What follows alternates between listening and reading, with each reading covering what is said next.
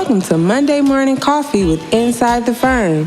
Each week, our hosts will be interviewing local, regional, and national business leaders to give you an inside peek into how they lead their business to success in the ever-competitive business climate. Welcome to Monday Morning Coffee with Inside the Firm. Today, I have a very special guest, Eric Twiggs. He is a founding partner and president of the What Now movement. His mission is to build high-performing entrepreneurs, authors, and career professionals who are prepared for life's unexpected curveballs. He is the author of The Discipline of Now, 12 Practical Principles to Overcome Procrastination. The Discipline of Now has been recognized as a Global Top 10 Finalist for the 2020 Author Elite Awards in the category of Best Self-Help Book. This recognition was based on the combination of the following criteria: cover design, content, popularity, and social contribution. Eric is also the host of the weekly podcast, the 30-Minute Hour Podcast. Eric, welcome to the show. Hey, thank you for having me. It's an honor to be on. Yeah, we're honored to have you on. Before we get into exactly what you do, I'm first of all, I'm very interested in the procrastination stuff. Some of my former colleagues are procrastinators. I'm still guilty of it. I think probably everybody is. But I always ask every guest, how did you get here? Are you from a family of entrepreneurs? Are you the first? You know, what kind of builds that spirit in you? Well, as far as the spirit, like I've always had people around me who were entrepreneurial, right? So I had like my dad worked in the federal government, but he just had this work ethic that was just, very consistent. I always saw him getting up early, leaving, coming back late. And he always had little side things like with real estate. I mean, he would, he had like a duplex place that he lived in, and he got these tenants and then was using the money they were paying to pay for the mortgage. So basically he was staying there mortgage free. I mean, he was just thinking of those types of things. And so I was always around people who were entrepreneurial. And I think that just kind of rubbed off on me. Yeah, that's great. That's great. Well, tell us all, let's move into quickly, tell us all about what is the What Now movement. So that's a movement that myself, Ted Fells, who's my co-host on the 30-Minute Hour Podcast, and Dr. Sharon H. Porter, one of my other business partners, we started because we wanted to work together. This was right before the pandemic. We said we wanted to work together. We had these big plans, but then all of a sudden the pandemic happened. And we said, okay, we still want to work together. So we asked ourselves, what now?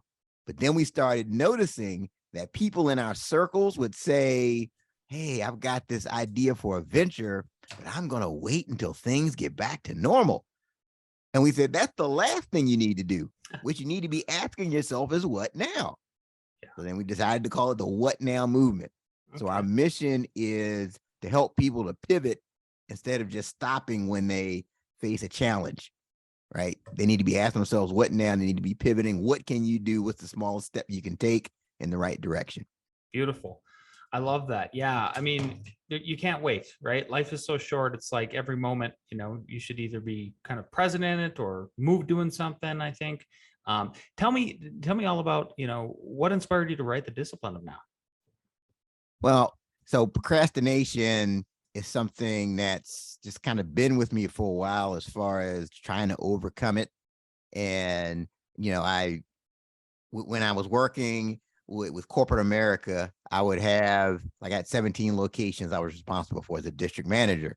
And I would have these managers, and I noticed you would have a manager that got good results and you'd have one that got great results.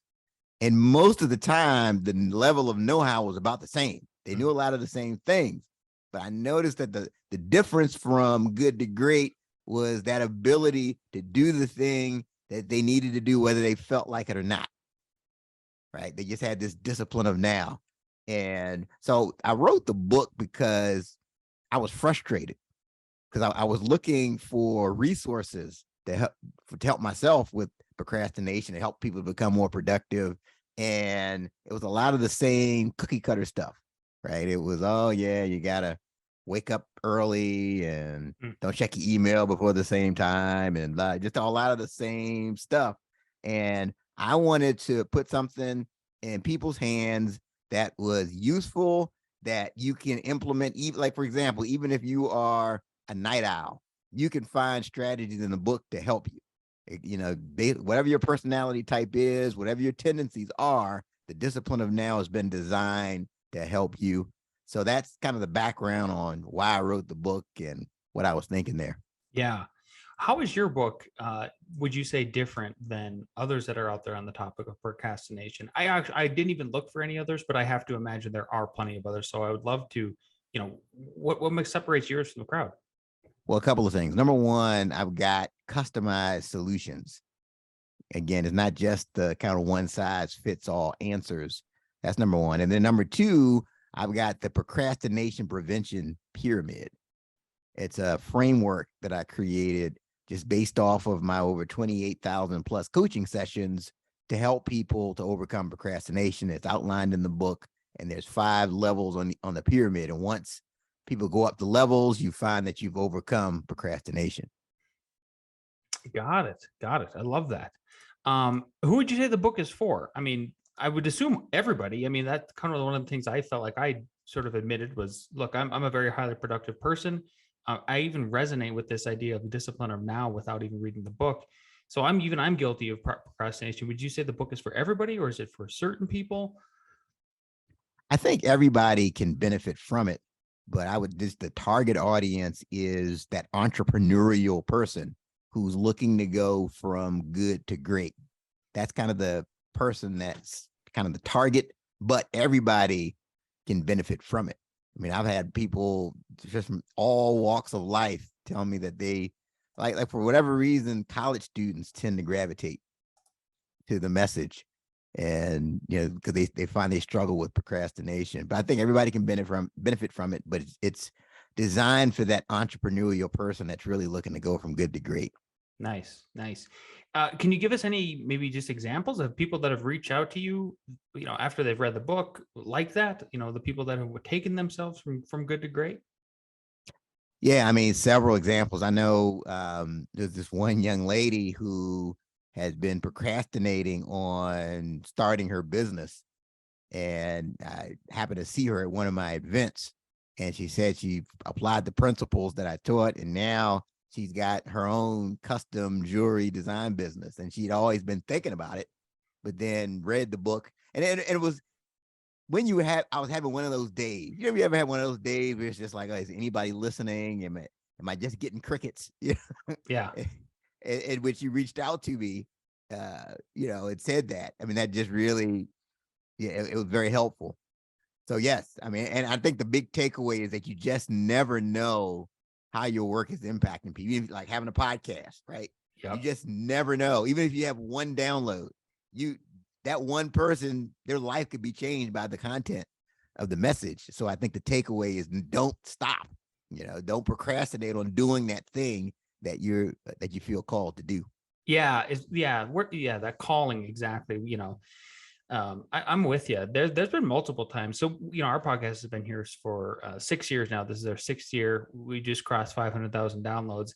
And even though we're, a fairly successful small podcast, I certainly have those down days. And then all of a sudden I'll get that one message on LinkedIn or Twitter or that email, and somebody will reach out, and then you're like, oh, see, that was all worth it. Even if it was just the one person. It's weird like that, I think. So it's not really this being popular. It's just, you want an impact. If you're people like us, Eric, it's just like, am I making an impact, a positive impact in the world? What would you say is the number one reason why people need to tackle their procrastination? Because it's a silent killer, right? A lot of times there isn't an immediate negative consequence. So you think you're getting away with it, right? So people always say to me, oh, Eric, you don't understand. I work better under pressure. Yeah, I'm the last man. I'm like Tom Brady. I come through in the clutch, but it's really, it's justification for procrastination. And a lot of times there's consequences that you don't see, right? Just because, see, it would be good if let's say you were putting off writing a blog post, and all of a sudden the procrastination police came in and broke your door down and said, hey, you're under arrest for procrastination. But it doesn't work that way, right? You get away with it. You wait till the last minute, you do your presentation, everybody tells you did a good job. So now you're telling yourself I work better under pressure. But whatever creative project you did, it would have been a lot better if you had started when you should have. And you had taken the small steps along the way. So the reason people need to really address this is because there is a cost. Just because you don't see the immediate consequence, there is a cost that you're paying, and it can keep you from accomplishing your goals. Yeah, and time, it's strange because I wonder if the college students are resonating more with your book because their time frame is different. And this is something I've noticed. So I'm going to be 40 in about 3 weeks here.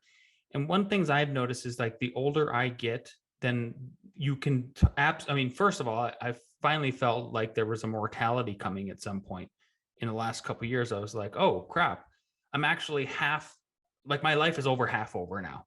Just if you did the pure statistics of like the average male lives like 72 years or something in the United States. So I wonder if like the younger people are more prone to procrastinating. If you could comment about that, like because they're only maybe 20% through their life, 18 years old or something like that, 25%. And then, but as you get older, you start to realize like, well, time is more precious to me. I really can't waste it. And if I just start now, I'm going to maybe give myself a little cushion before that deadline. What are your thoughts about sort of this, what I'm getting at about that time frame preference? I think that's a part of it. I think you feel like when you're younger, you've got plenty of time, right? Time is on your side. You can just kind of live easy and do your thing. But no, when you get older, you realize you don't have as much time as you think to leave the legacy that you want to leave. And the other thing is, I think, especially with the younger people, there's just so many distractions, right? So it's easy to procrastinate because there's so many. I can only imagine how I would be if we had all the social media and the phones and everything you want is really at your fingertips. And so now, instead of somebody calling you on the payphone to tell you about the party, they can basically just instant message you, and there you go. So there's a lot. So I think that's the other piece of it. There's more distractions, more things pulling at them, and they find themselves kind of struggling with. And the other thing too, there's an abundance of choice, right? As far as, okay, what do you want to do? There's all kinds of options. Do I want to be an internet sensation? Do I want to do this? Do I want to do that? Do I want to be a lawyer like mom and dad? So it's hard. It's more of a challenge for them to really get clear on what their North Star is. Just some of the things I've observed just from working with some of the college students. Yeah, exactly. Which then that's right. That's more or less what I was trying to get at, is just pull a little bit more out of you. And I would agree. I mean, I'm with you. Like, I'm glad that I made it through most of college. As a matter of fact, all of college. Like, I didn't even have Facebook until I was actually like 25 and like out of college and everything. I'm thankful for that. I can't imagine. And now like my generation, who is a millennial, like millennial and Gen X, we're sort of on the cusp of looking at our kids, which are, Gen Z, of, are we supposed to give advice on social media and like all of these options and sort of reduce it? It's a strange area to be in. We have a lot of listeners on this show that are entrepreneurs. Obviously, you probably guessed that, Eric. I would love if you could give them some tips on what they could do today to begin combating procrastination. The most basic thing you can do is get in the habit of making appointments with yourself. It's a basic thing, but I talk to entrepreneurs all the time. People like, Coach, they tell me that's the one thing that keeps them from procrastinating. So for example, instead of saying, I'm going to write the blog post this week. Yeah, I'm going to do a blog post this week. Say, okay, I'm going to do the blog post on Tuesday at 1:00 at my office. So you need the date, the time, and the place. That this is important. And the studies show that when you include the place in your appointment with yourself, you're 40% more likely to follow through. So that's a key thing. You can use Google Calendar. and just have it remind you, because what used to happen with me is I would say, I'm going to do this week. And then before you know it, it's 5 o'clock on Friday and I haven't done anything. So, but when I started really getting into the habit of making an appointment with myself, and you literally have to treat that like it's a VIP. So think about if it's Oprah Winfrey, you're scheduled to meet Oprah Winfrey on Wednesday at 1 o'clock. You're not going to stand Oprah up, right? It's Oprah Winfrey. But I would argue that you're more important than Oprah because you're with yourself every day. Oprah would just be there that one time. So, I mean, that's the most basic thing I would say. Make an appointment with yourself. Yeah, I love that. I like the way you phrase it better than the way I did it, because and I haven't done on the show. I'm just saying, what people ask me all the time, how Lance, are you so productive? I say, well, one of the first things I do is I schedule everything. And maybe that's, but the way your language, I think, is better. The way you phrase it is like you make an appointment with yourself. And then when you elaborate it on, you're more important than anybody. I mean, technically you only have yourself, right? Mm-hmm. I really like that. So I hope everybody listening will take advantage of that. Is procrastination something you suffer from still? Do you still find yourself finding new methods, Eric, about how to try to tackle that? If so. Oh, sure. I mean, it's a constant challenge. Like for myself, I noticed that when I'm at a low energy cycle, my energy's low, I am prone to procrastination. Like, it's like I can hear my self-talk. Like, for example, I try to go to the gym every morning. And I remember this one particular morning, I was saying to myself, oh, you know what? I should just sleep in. I'll go tomorrow. I'll just take the extra rest. And I'm like, wait a minute. Whoa. And I went anyway. And I felt great. I'm so glad I didn't succumb to procrastination. I didn't put it off. But it's for me, I really have to track like my sleep and make sure I'm getting the right sleep and make sure I'm in a good energy state, because that's when I'm most susceptible to procrastination. Yeah, I hear you. Eric, this has been great so far. I'm running up on my last questions here. And the second to the last one, I ask everybody this question. Knowing what you know now, and if you could go back in time to when you first started your business and or your book about procrastination, what is one piece of advice you'd give your former self? I would say, Eric, stay consistent at building your email list. Yeah, that's the piece of advice that I think I procrastinated on that whole thing. And yeah, I just realized now how critical, because you think about it, right? If you're an entrepreneur and you're trying to market your business, you think, oh, well, I've got this social media following. Oh yeah, I'll put it out there on Facebook, but they're always changing the algorithms, right? So it could be only 3% of your audience is seeing your social media message, whereas the conversion rate on emails is much higher than that. So that's, if I could go back earlier times, I would definitely really be consistent about building the email list, communicating with my email people, just on a I mean, I think I'm getting back to that now, but yeah, I think I was guilty of procrastinating when it came to that. Yeah, good advice. Eric, this has been fantastic. Last question of the day is, where can people find and follow you and your books if they want to hear more? So they can go to my website. It's Eric, ERICM, Twiggs, TWIGGS.com. You can go there and pick up a copy of my book, The Discipline of Now, 12 Practical Principles to Overcome Procrastination. And that's just really like kind of the central hub. You can see where you can link on to the 30-minute hour podcast and see all the other stuff I've got going on. But that's where they would go, ericmtwiggs.com. Check it out, everybody. Eric, thanks so much for your time today and for being on the show. We'll talk to you soon. Thank you for having me.